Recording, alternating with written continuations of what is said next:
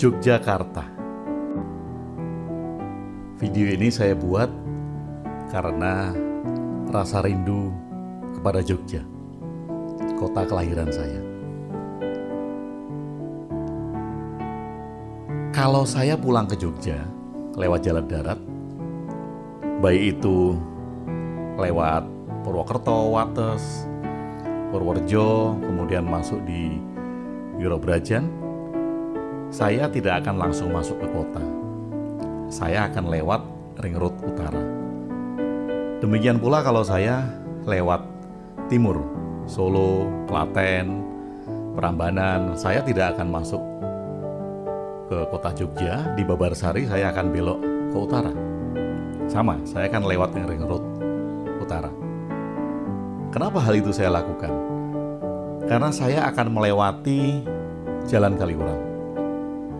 Saya akan melewati poros tengah Jogja dari Ring Road Utara, baru kemudian sampai di perempatan Monjali, Monumen Jogja Kembali, saya baru belok ke selatan. Di sana kemudian saya masuk Jogja dengan pintu gerbang Tugu, Yogyakarta. Jogja bagi saya merupakan kota sejuta kenangan. Merupakan kota yang indah, merupakan kota yang sangat mengesankan. Mungkin karena itu adalah tempat lahir saya. Dan bagi sahabat-sahabat semuanya, mempunyai tempat lahir yang mengesankan bagi Anda sendiri-sendiri. Tetapi kalau Anda kangen Jogja ketika melihat video ini, sama dengan saya, kita sedang kangen Jogja. Suasana Jogja bagi saya unik. Dibilang santai ya nggak terlalu santai. Dibilang serius belajar karena kota pendidikan, nggak juga. Kalau dibilang budayanya kuat sehingga tidak ada kejahatan, banyak juga kejahatan. Kelitih banyak di Jogja. Berita-berita tentang pembacokan di jalan, pelemparan batu di kaca-kaca mobil, banyak di Jogja. Tetapi terlepas dari itu semua, saya kangen Jogja. Apalagi saat PSBB, Ramadan, kemudian Lebaran, semua orang dilarang mudik. Dan kalau Anda berasal dari Jogja, tentu saja sama dengan saya, menahan kangen untuk tidak mudik ke Jogja. Tetapi dengan teknologi itu semua bisa teratasi, artinya kita tetap bisa silaturahmi dengan keluarga, dengan sanak saudara lewat video call. Apa sih yang menarik di Jogja? Kalau bagi sahabat, apa sih yang menarik dengan Jogja? Malioboro-nya, atau suasana keratonnya, atau Pasar Beringharjo? Kalau ke Pasar Beringharjo, ini adalah oleh-oleh dari Pasar Beringharjo. Saya selalu menyempatkan diri untuk mampir ke sana walaupun nggak beli apa-apa. Saya hanya nongkrong di depan Mirota Batik itu, ada kursi, kalau kosong saya akan duduk di sana. Persis di depan Pasar Beringharjo, kemudian saya melihat Pasar Beringharjo. Ada tukang becak di depannya, ada tukang andong di depannya. Walaupun dalam seharian mereka nggak dapat penumpang, tapi santai-santai aja. Toh mereka juga hidup juga. Suasana malam mungkin. Ada yang kangen dengan suasana malam Jogja? Atau angkringan. Angkringan itu walaupun bukan dari Jogja ya, dia dari Klaten, dari Solo.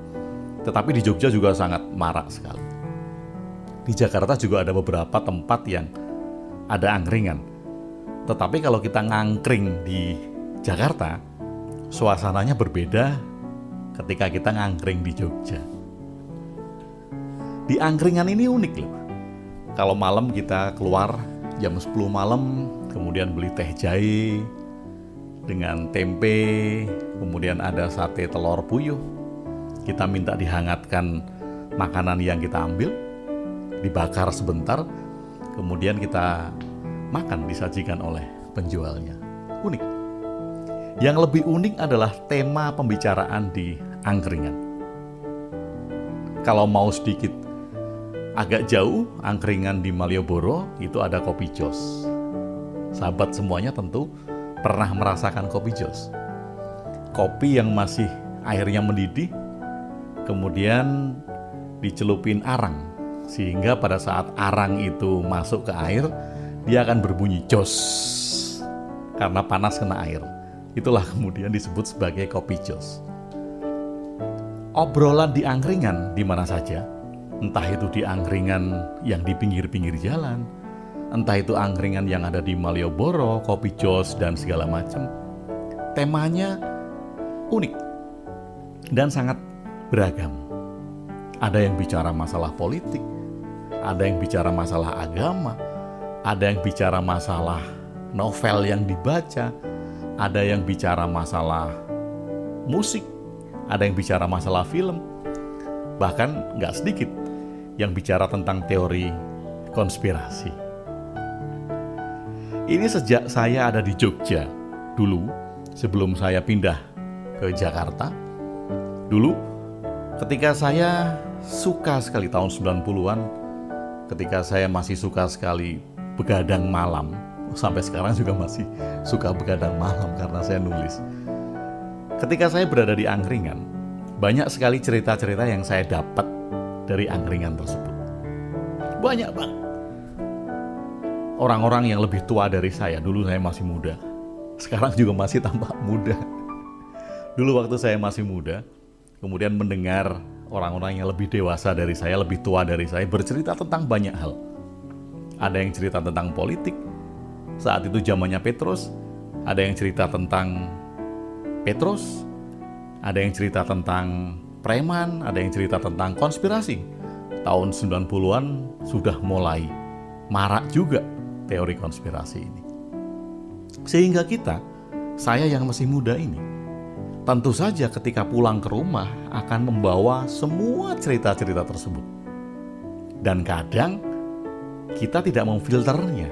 Karena apa? Karena yang cerita orang yang lebih dewasa dari saya, orang yang lebih mapan dari saya, orang yang mungkin sudah bekerja, atau kita anggap sebagai orang yang pengetahuannya banyak. Tentu saja ketika saya pulang ke rumah, semuanya akan saya telan mentah-mentah. Padahal sekarang kalau kita lihat lagi, obrolan di tempat makan, apapun itu, angkringan contohnya, bukanlah hal yang harus diseriusi. Loh kenapa? Ya karena buat ngisi waktu. Pesen kopi, pesen teh jahe, pesen kopi jahe sambil makan makanan-makanan kecil. Apalagi kalau nggak ngobrol? Tentu saja harus ngobrol. Ngobrol, mendengarkan teman-temannya yang ngobrol, atau kemudian ikut berinteraksi, memberikan pendapatnya. Seru. Nah kemudian yang jadi masalah adalah ketika waktu itu saya berkaca bahwa saya masih muda, yang menjadi masalah adalah ketika saya pulang ke rumah, saya membawa obrolan-obrolan itu menjadi bahan yang saya anggap informasi valid. Padahal ketika kita tahu, ya memang itu tempat ngobrol. Tempat untuk menghabiskan waktu, untuk bicara, dan bisa bicara apa saja. Itulah angkringan. Sahabat bisa bicara apa saja. Dan gak usah kita ambil hati. Jangan dianggap serius. Toh, sebagai peneman waktu, sambil menikmati minuman, Anda pesan kopi, Anda pesan teh, Anda pesan teh jahe atau kopi jahe, menikmati makanan-makanan kecil, dan menghabiskan waktu itu dengan mengobrol. Kalau sudah selesai pulang ke rumah, ya sudah. Nggak perlu ada yang diambil sebagai hal-hal yang sangat serius. Karena untuk menemani kita sebagai waktu-waktu yang kita habiskan di dalam menikmati makanan-makanan tersebut. Atau kemudian ada yang suka menikmati bakmi. bakmi Jawa, bakmi godok atau bakmi goreng. Banyak banget di Jogja, banyak sekali. Dan ketika Anda buka Google untuk mencari bakmi yang enak, semua nama bakmi diawali dengan Mbah. Semuanya dengan Mbah. Ada Mbah Gito, ada Mbah Rukiman, ada Mbah Wijoyo, ada semuanya dengan Mbah. Nggak tahu. Saya nggak tahu kenapa semua nama bakmi di Jogja dan yang terkenal legend itu diawali dengan kata Mbah. Itu saya nggak tahu sampai sekarang. Apakah itu branding untuk mempertahankan nama Mbah sebagai penjual bakmi atau nggak tahu. Atau kemudian kalau Anda suka soto di Jogja ini berbeda dengan soto di masing-masing daerah. Ada soto Kadipiro, ada soto Pak Soleh, ada soto banyak banget yang kemudian Pak Sabar, ada soto Pak Yamin, ada soto Lentuk di Lembuyangan. Kemudian saya perlahan-lahan merecall tentang banyaknya soto ini. Soto Lentuk ini soto yang kemudian ada makanan dari singkong ya atau ubi, yang di Jogja itu dikenal dengan nama lentuk. Kemudian itu menjadi lauknya. Tetap pakai nasi. Ada nasi, ada ubinya atau singkong, kemudian ada soto tersebut.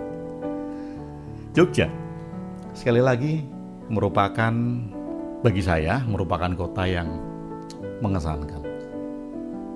Ketika saya memasuki Jogja, saya menghirup sebuah udara di mana saya dilahirkan.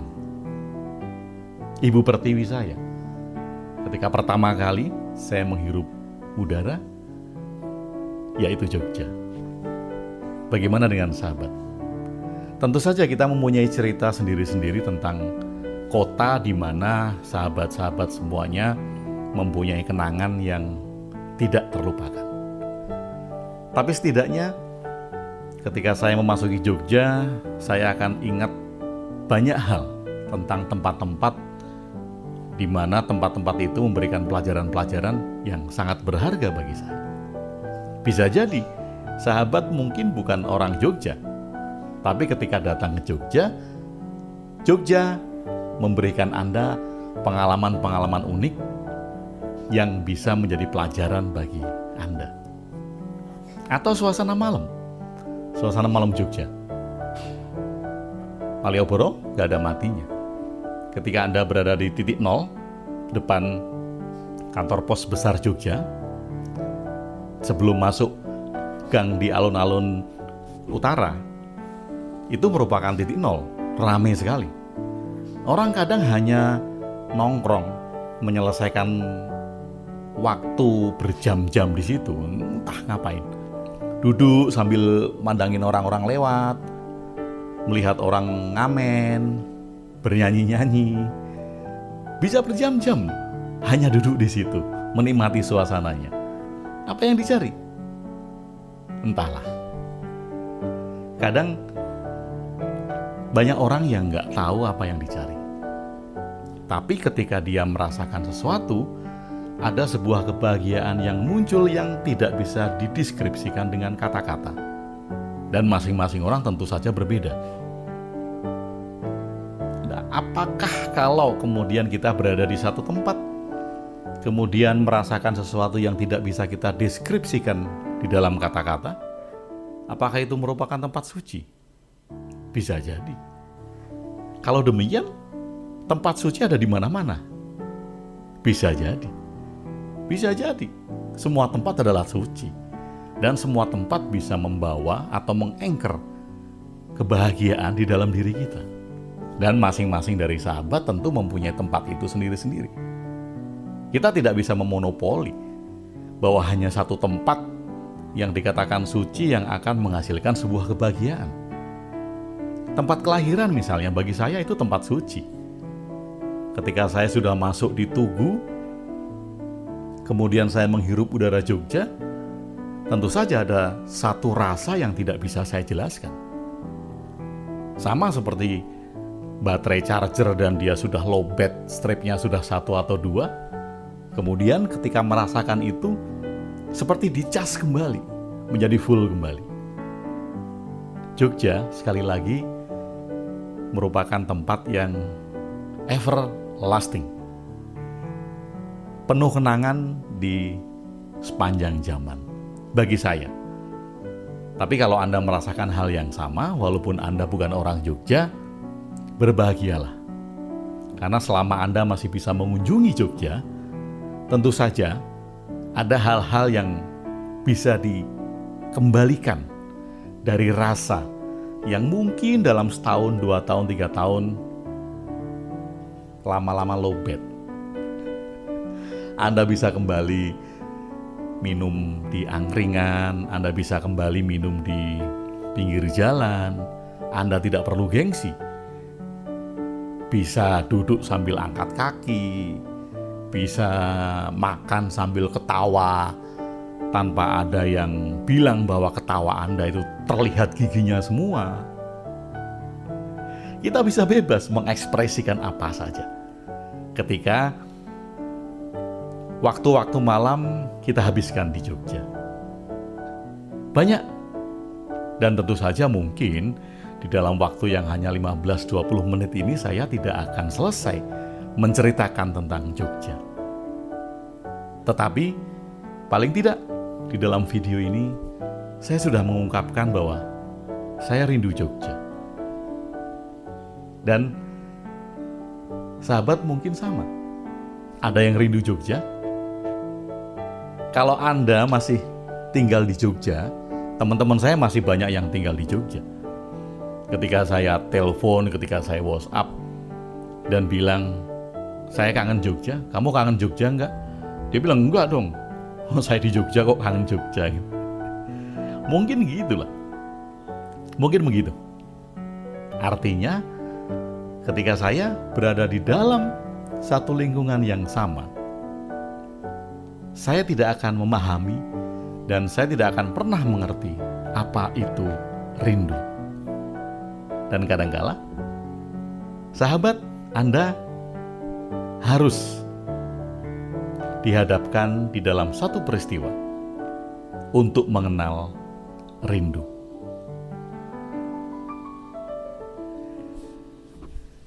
Dari Jogja, karena kangen Jogja, terima kasih sudah bersama saya di Ruang Diri, Agung WW.